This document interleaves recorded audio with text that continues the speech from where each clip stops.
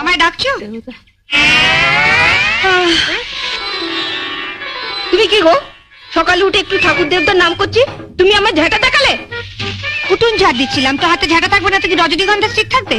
আগে মশারি তুলে বিছানাপত্র ঝেড়ে তারপর ঘর ঝাঁট দিয়ে তারপর আমার জন্য 1 কাপ গরম চা, একটু আদা দিস।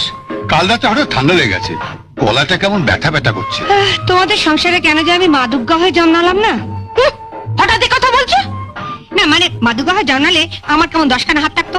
একখানা হাতে তোমার মশারি তুলতাম, আরেকখানাতে তোমার বিছানার চাদর পাল্টে দিতাম, আরেকখানা হাতে ঝাড় দিতাম, আরেকখানা মানে আদা আদা থেতলাতাম। শুনলে না, দাদা বললো আদা দিয়ে চা করে নিয়ে। আদাটা আগে না থেতলালে চাটা করবো কি করে? চাটা আগে থেতলাবো না ঝাঁটাবো? ঝাঁটাবে মানে মানে আগে উঠোতে ঝাঁটিয়ে দেবো না দাদার জন্য আদা থেতলে চা করেন? তোমার যা ইচ্ছে তাই করো, মেয়ে হয়েছে একখানা। আরে বরঞ্চ ঝাঁটাই, তুমি আমার পূজা রেগে আছো, সব কাজ ফেলে